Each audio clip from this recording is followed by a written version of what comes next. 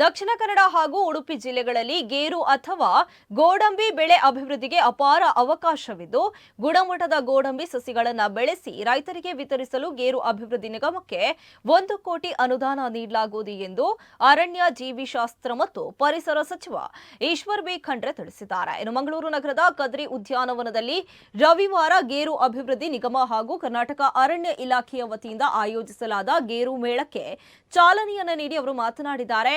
Endosulfan ಅನಾಹುತದ ಬಳಿಕ ಹಲವಾರು ರೈತರು ಗೇರು ಬೆಳೆಯಿಂದ ದೂರವಾಗಿದ್ದು, ಅವರಿಗೆ ಪುನಃ ಉತ್ತೇಜನ ನೀಡಿ ಗೇರು ಬೆಳೆಯ ಗತ ವೈಭವವನ್ನ ಮರಳಿ ತರಲು ಕ್ರಮ ಕೈಗೊಳ್ಳಲಾಗುವುದು ಎಂದು ಸಚಿವರು ಹೇಳಿದ್ದಾರೆ.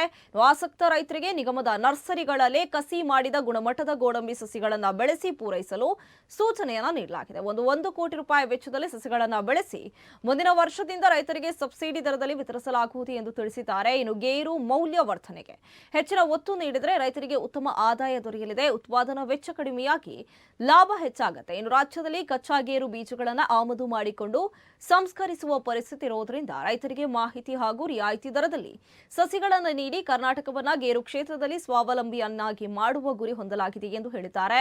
ಇನ್ನು ಈ ಸಂದರ್ಭದಲ್ಲಿ ಶಾಸಕ ಅಶೋಕ್ ರೈ, ಉಮನಾಥ್ ಕೋಟ್ಯಾನ್, ವಿಧಾನ ಪರಿಷತ್ ಸದಸ್ಯ ಐವನ್ ಡಿಸೋಜಾ ಸೇರಿದಂತೆ ಮತ್ತಿತರರು ಉಪಸ್ಥಿತರಿದ್ದರು.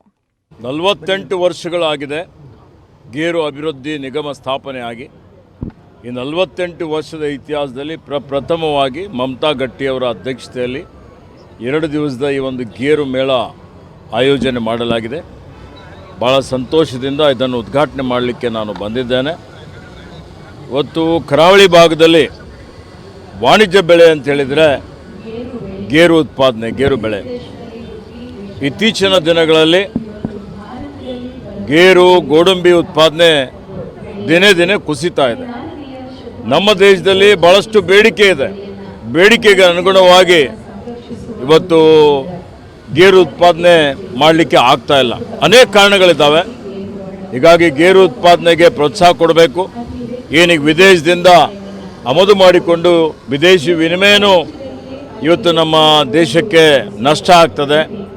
ಆ ದೃಷ್ಟಿಯಿಂದ ಇದಕ್ಕೆ ಈ ನಮ್ಮ ನಿಗಮದ ವತಿಯಿಂದ ಉತ್ತೇಜನ ಕೊಡಬೇಕು, ಪ್ರೋತ್ಸಾಹ ಕೊಡಬೇಕು ಅಂತೇಳಿ ಗೇರು ಮೇಳದ ಮುಖಾಂತರ ಗೇರು ಬೆಳೆಗಾರರಿಗೆ ಆಧುನಿಕ ಪದ್ಧತಿಯಲ್ಲಿ ಗೇರು ಯಾವ ರೀತಿಯಲ್ಲಿ ಬೆಳಿಬೇಕು, ಈ ಗೇರು ಬೆಳೆದರಲ್ಲಿ ಇಳುವರಿ ಯಾವ ರೀತಿಯಲ್ಲಿ ಜಾಸ್ತಿ ತರಬೇಕು, ಮತ್ತು ಇದನ್ನು ಸಂಸ್ಕರಣೆ ಮಾಡುವಂಥದ್ದು. ಇಲ್ಲಿ ಅನೇಕ ಜನ ಸಂಸ್ಕರಣೆ ಮಾಡ್ತಾರೆ. ಶಾಸಕರು ಸಹಿತ ಒಂದು ಗೇರು ಸಂಸ್ಕರಣೆ ಮಾಡುವಂಥ ಒಂದು ಘಟಕವನ್ನು ಹೊಂದಿದ್ದಾರೆ. ಅದರಲ್ಲಿ ಅವರಿಗೆ ಪ್ರೋತ್ಸಾಹ ಕೊಡಬೇಕು. ವೈಜ್ಞಾನಿಕ ದೃಷ್ಟಿಯಿಂದ ಗೇರು ಬೆಳೆಯುವಂಥದ್ದು, ಇದ್ರ ಬಗ್ಗೆ ಮಾಹಿತಿ ಕೊಡಬೇಕು. ಪರಿಸರ ಸ್ನೇಹಿ ಗೇರು ಬೆಳಿಬೇಕು ಅನ್ನೋಂಥ ಒಂದು ಮಾಹಿತಿ ಕೊಡಲಿಕ್ಕೆ, ಪ್ರೋತ್ಸಾಹ ಕೊಡಲಿಕ್ಕೆ, ಉತ್ತೇಜನ ಕೊಡಲಿಕ್ಕೆ ಗೇರು ಅಭಿವೃದ್ಧಿ ನಿಗಮದ ವತಿಯಿಂದ ಈ ಒಂದು 2 ದಿವಸದ ಗೇರು ಮೇಳ ಆಯೋಜನೆ ಮಾಡಿ